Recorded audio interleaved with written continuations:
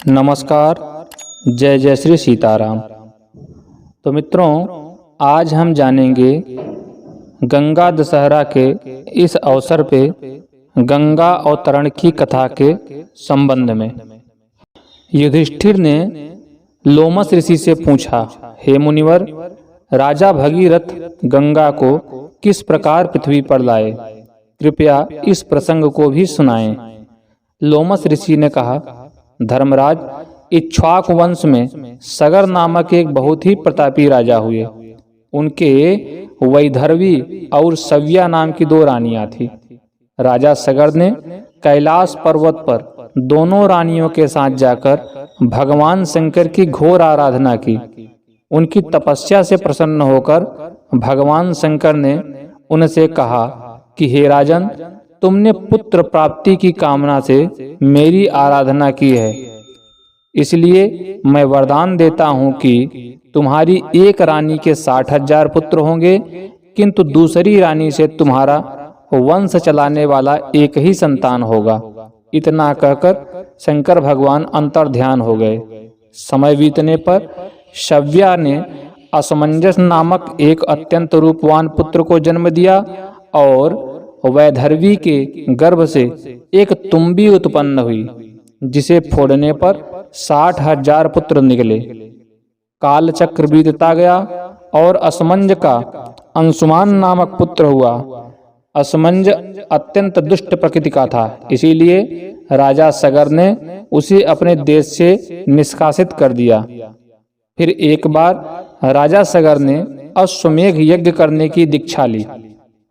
अश्वमेघ यज्ञ का श्यामकर्ण घोड़ा छोड़ दिया गया और उसके पीछे पीछे राजा सगर के 60,000 पुत्र अपनी विशाल सेना के साथ चलने लगे।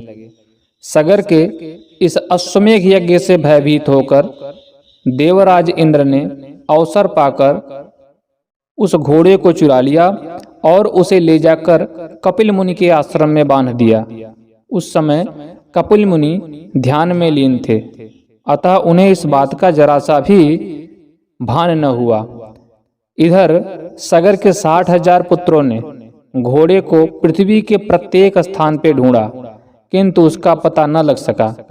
वे घोड़े को खोजते हुए पृथ्वी को खोद खोद कर पाताल तक पहुंच गए, जहां अपने आश्रम कपिल मुनि तपस्या कर रहे थे और वहीं पर घोड़ा बंधा हुआ था। सगर के पुत्रों ने यह समझकर कि घोड़े को कपिल मुनि ही चुरा लाए हैं, कपिल मुनि को कट वचन सुनाना प्रारंभ कर दिया। अपने निरादर कुपित होकर कपिल मुनि ने राजा सगर के 60,000 पुत्रों को अपने क्रोधाग्नि से भस्म कर दिया। जब सगर को नारद जी के द्वारा अपने 60,000 पुत्रों के भस्म हो जाने का समाचार मिला, तो वे अपने पौत्र अंशुमान को बुलाकर बोले कि हे बेटा, तुम्हारे 60,000 दादाओं को मेरे कारण कपिल मुनि की क्रोधाग्नि में भस्म हो जाना पड़ा। अब तुम कपिल मुनि के आश्रम में जाकर उनसे क्षमा प्रार्थना करके उस घोड़े को ले आओ। अंशुमान अपने दादाओं के बनाए हुए रास्ते से चलकर कपिल मुनि के आश्रम में जा पहुँचे। वहां पहुंचकर उन्होंने अपनी प्रार्थना एवं मृदु व्यवहार से कपिल मुनि को प्रसन्न कर लिया। कपिल मुनि ने प्रसन्न होकर उन्हें वर मांगने के लिए कहा। अंशुमान बोले कि हे मुने, कृपा करके हमारा अश्व लौटा दें और हमारे दादाओं के उद्धार का कोई उपाय बताएं। कपिल मुनि ने घोड़ा लौटाते हुए कहा कि हे वत्स, तुम्हारे दादाओं का उद्धार केवल गंगा के जल से तर्पण करने पर ही हो सकता है। अंशुमान ने यज्ञ का अश्व लाकर सगर का अश्वमेघ यज्ञ पूर्ण करा दिया। यज्ञ पूर्ण होने पर राजा सगर अंशुमान को राज्य सौंपकर गंगा को स्वर्ग से पृथ्वी पर लाने के उद्देश्य से तपस्या करने के लिए उत्तराखंड चले गए। इस प्रकार तपस्या करते करते उनका स्वर्गवास हो गया। अंशुमान के पुत्र का नाम दिलीप था। दिलीप के बड़े होने पर ही राज्य सौंपकर अंशुमान तपस्या के लिए गए थे, किंतु वे गंगा को लाने में सफल न हो सके। दिलीप के पुत्र का नाम था भगीरथ। भगीरथ के बड़े होने पर दिलीप ने भी अपने पूर्वजों का अनुगमन किया और तपस्या की, किंतु गंगा को लाने में उन्हें भी असफलता ही हाथ आई। अंततः भगीरथ की तपस्या से गंगा प्रसन्न हुई और उनसे वरदान मांगने के लिए कहा। भगीरथ ने हाथ जोड़कर कहा कि हे माता, मेरे 60,000 पुरखों के उद्धार हेतु आप पृथ्वी पर अवतरित होने की कृपा करें।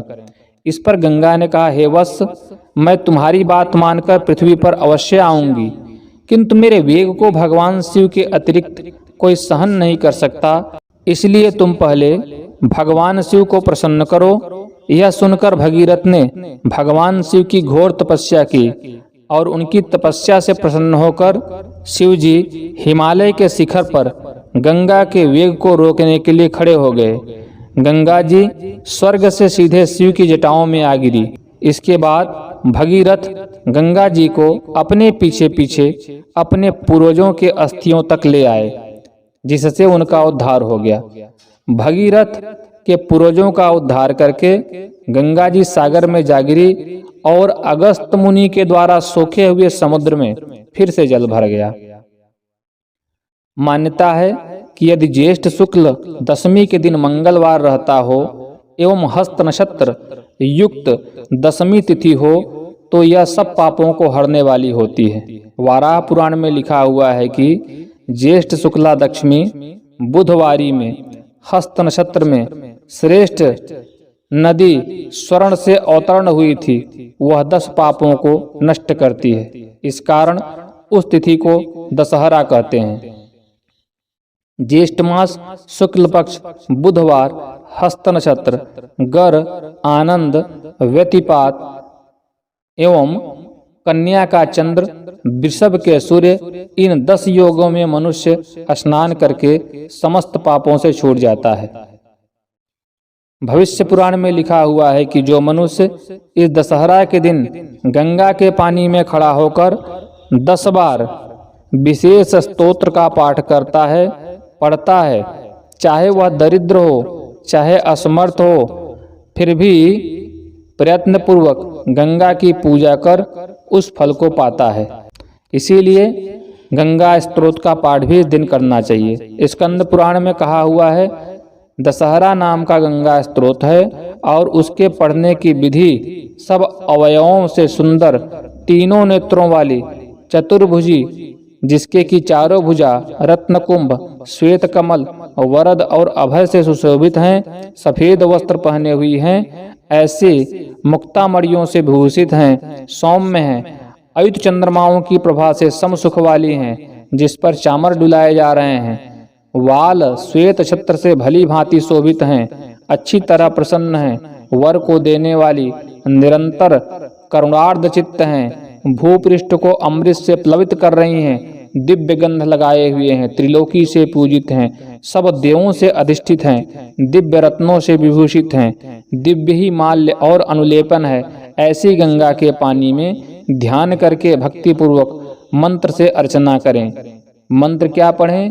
ओम नमो भगवती हिली हिली मिली मिली गंगे माम पावय पावय स्वाहा, यह गंगा जी का मंत्र है। तो इसीलिए हम सबको इसका पाठ कर देना चाहिए और इस मंत्र का उच्चारण करके अगर हम गंगा दशहरा के दिन गंगा स्तोत्र आदि का पाठ करते हैं तो हमारे जीवन में सुख, समृद्धि, शांति अपने आप ही प्रकट होती रहेगी और हमारा हर प्रकार से मंगल ही मंगल होगा, इसमें कोई भी दो राय नहीं है। इसके अलावा अगर बड़े मंत्र को बोलने में असुविधा हो तो एक और मंत्र है, ओम नमो गंगाय विश्वरूपिण्यै नारायण्यै नमो नमः। इस मंत्र का भी जप करने से माँ गंगा की विशेष कृपा प्राप्त होती है।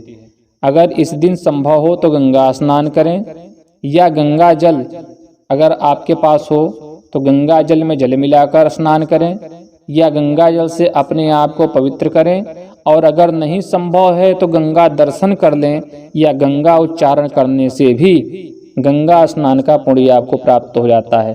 तो इसीलिए मित्रों 2024 में 16 जून के दिन ज्येष्ठ मास शुक्ल पक्ष दशमी के दिन गंगा दशहरा का पावन पर्व पड़ रहा है और इससे आप सब लाभान्वित होइए।